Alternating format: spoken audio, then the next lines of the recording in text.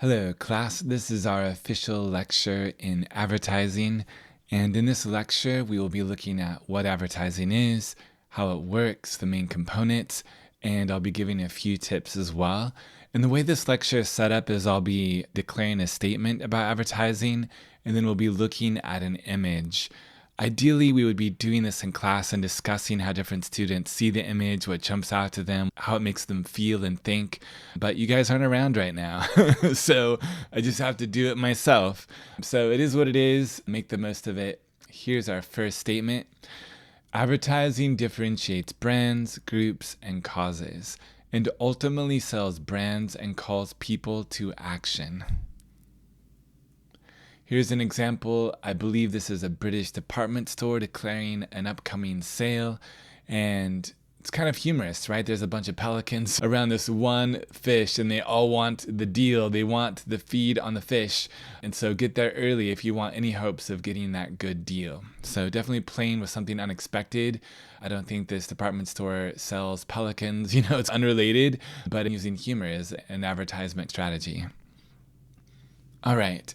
An ad is a specific message constructed to inform, persuade, promote, provoke, or motivate people on behalf of a brand or group. This is a fun one for IKEA, and at the bottom you're seeing the web address for the assembly service aspect of IKEA. And a lot of their products, as you may know, you actually take them home and you put them together yourself. But some people have a really hard time with that. So they're using a little Photoshop trickery here to make this look like an MC Escher drawing, right? It's an impossible thing. And it's such a funny thing. It's showing a piece of IKEA furniture while also showing the difficulty of assembling those things yourself. So it's super simple in a way, but it's also very clever, very profound. 3 major types of advertising. Commercial advertising promotes brands and groups. Public service advertising serves the public interest.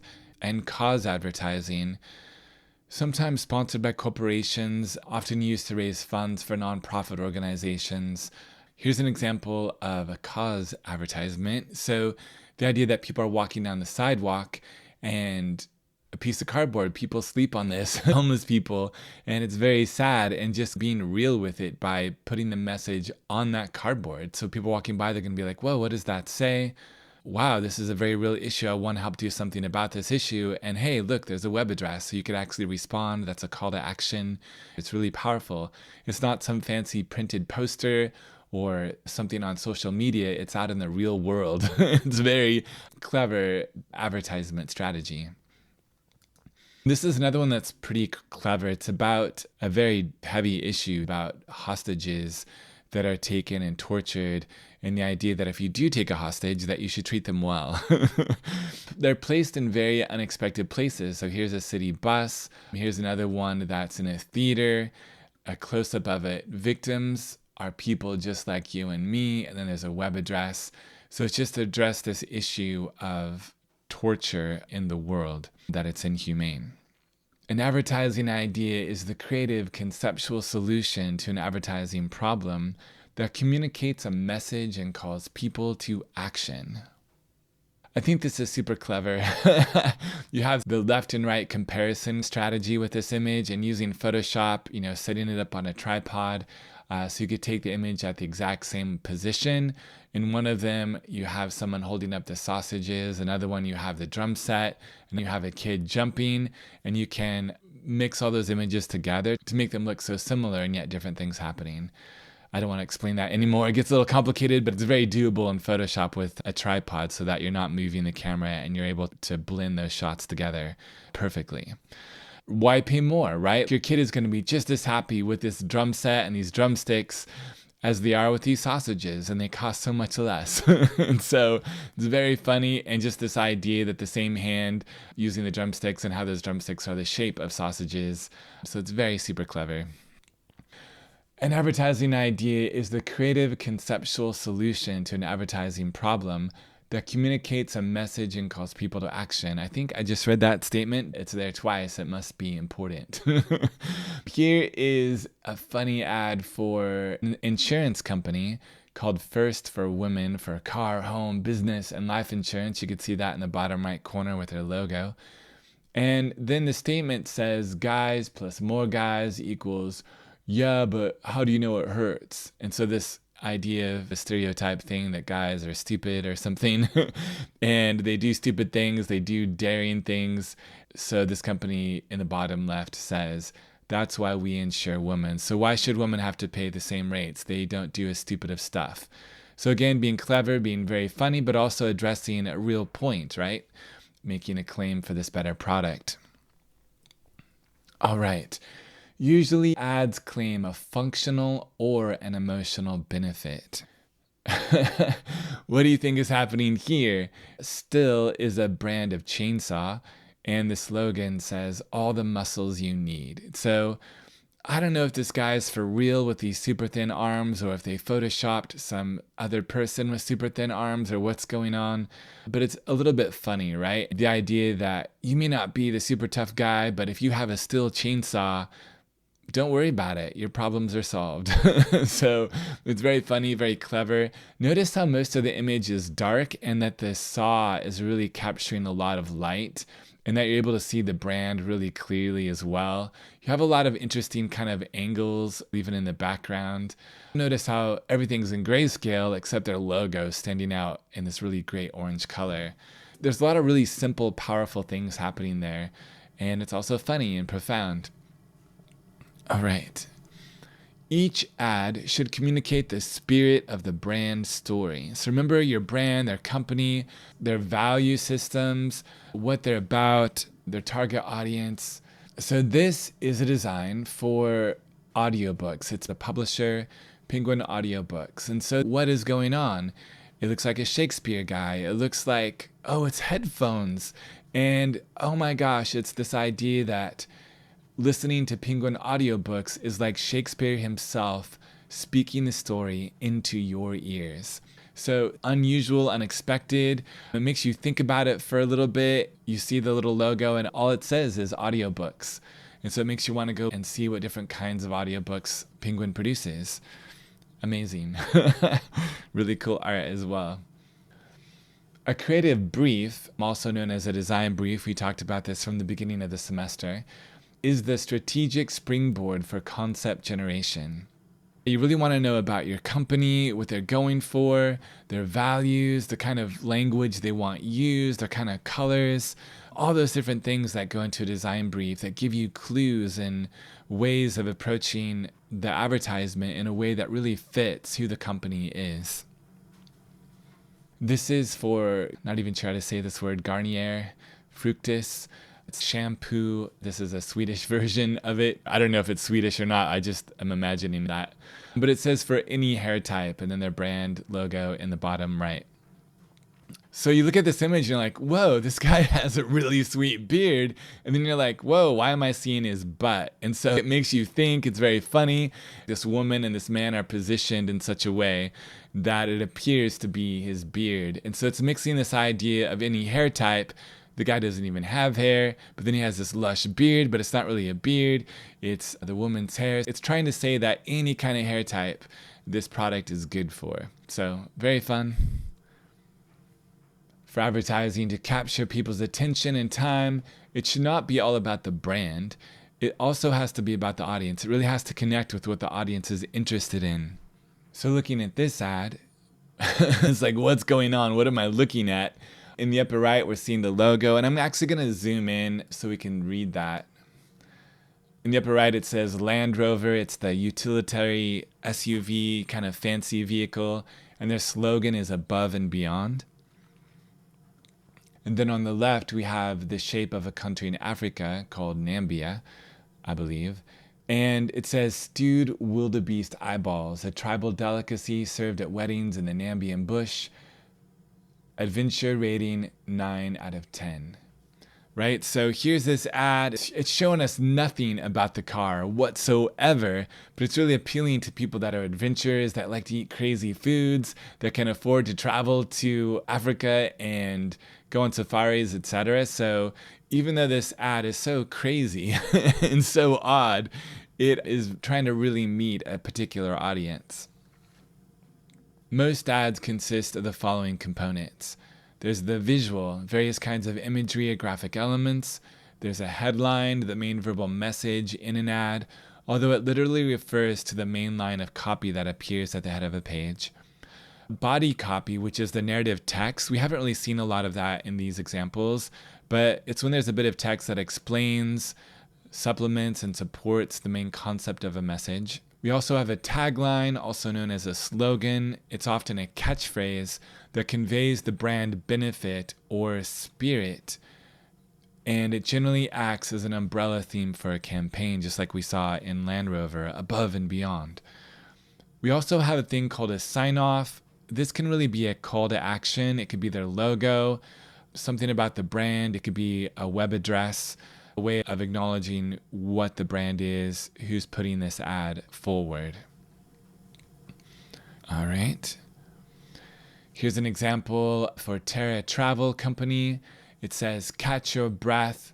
We have this image. It looks like an architect or a drafter of some sort, and he's so caught up in his work, he's buried under the water, but he's catching his breath. He's come up to the top of the surface. He needs a holiday, right? So the image is really powerful here. And Photoshop is so powerful in helping to create this kind of metaphorically rich imagery. Another aspect is the headline. Is the headline "Catch your breath" or is that the slogan? I think probably slogan is what fits there. Body copy, we're not really seeing that here. We're not seeing a paragraph of text. And then a sign off, which we have the web address. The logo down here could also be seen as a sign off as well. The advertising idea is communicated through a synergistic visual-verbal relationship. Working cooperatively, the visual and verbal component should produce a greater effect than that of either part alone. Oh my goodness, right? You're like, oh, that's a bag. Oh, it's someone's belly. And it's a little disturbing, I think. In the bottom right, it says, "Carrying too much weight, Pilates with Gerda."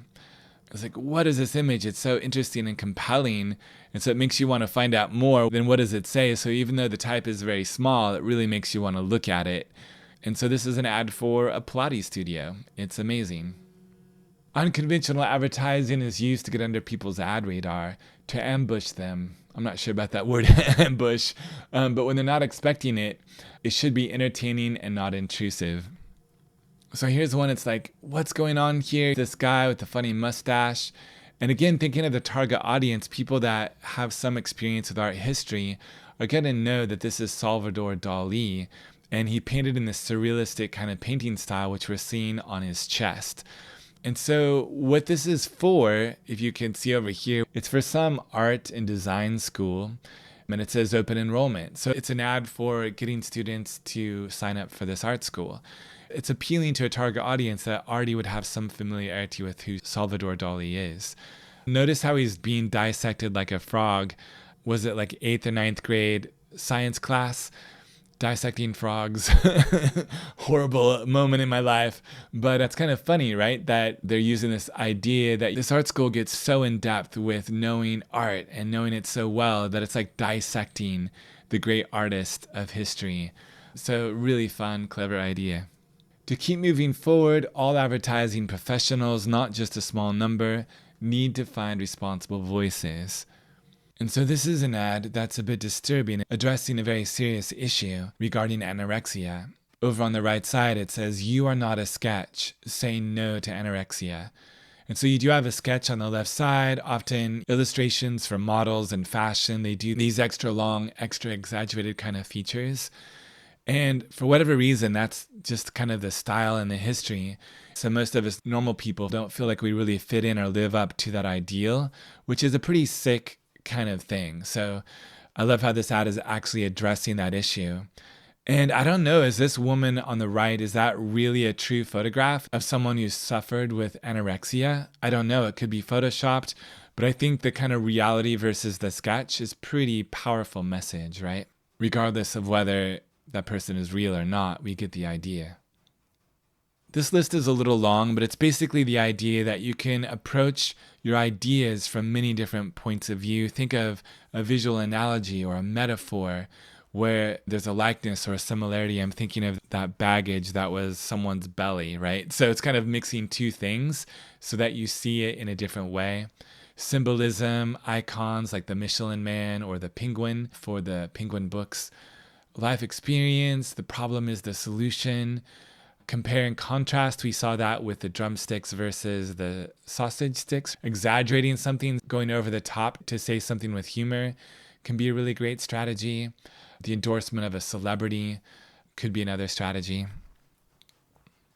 And we just have a few more here. I love this one because it's an advertisement for pencils. And there's an artist that actually makes sculptures that are this small, the tip of a pencil. And the little phrase there says where it all begins. So this is a company for pencils, especially targeting artists and designers. The pencil on paper is so foundational to creativity, to getting your ideas down. And so here's a cathedral, I believe, sculpted on the tip of this pencil, but it all begins with a simple idea to create something so elaborate. Really powerful, clever. Here's another example where it all began. The idea that you're going to design a chair, you're going to need to sketch that chair on paper. You need a pencil and paper to do that. And so these ads are an awesome combination of actual real sculptures. So they're full of creativity themselves and they're fascinating. They have that fascination factor. But then it's also the practical point of how powerful just a simple pencil and paper can be to your creativity, even in our digital world. Clients are not saying make us ads or make us websites. They're saying create interaction between our brand and our customers. That's our job now. And that's a quote from Robert Rasmussen, Chief Creative Officer. The main point of an ad is to create interaction. You want people to respond in some way, to follow through and go to the website or make the phone call or take the action that you want them to take. That's the real thing you're trying to compel people to do. I have some practical ad design concerns here, so I often see these issues happening when I am grading students' work, so pay attention here. So we have bad versus good ad design. Which one of these would you most want to buy your furniture from? Maybe you really prefer all the colors on the left and the fun chair, and maybe you would prefer that one. But I think most people would prefer the one on the right because you actually see the furniture, you get the sense of quality even in how the ad is arranged, and it's really clear and precise. You get a sense of quality and professionalism even in how the ad is presented, with the typography and the placement of the different elements. That one instills much more confidence. Plus the one on the left, even though it does say blowout sale today only, it's really kind of hard to figure out where is it, what day is that day, how do I contact anybody? You have all these capital letters and they're starting to mix into a darker value in the background. So some of the most important information you need to see is black on dark purple. Very hard to read, whereas over here you have the bright white type standing out really well against the darker background. So that's a much more effective strategy. This looks like it's just clip art that was just found on the internet and just pasted on there. That's not the kind of furniture they have. It looks all bubblegummy colors. Maybe you do want a bubblegum chair. That could actually be really cool. But again, this one is much more focused and clear. A lot of that has to do with contrast of value between dark and light, and also just really clear organization of elements, not overwhelming people with so much information, keeping it more simple, clean, and clear.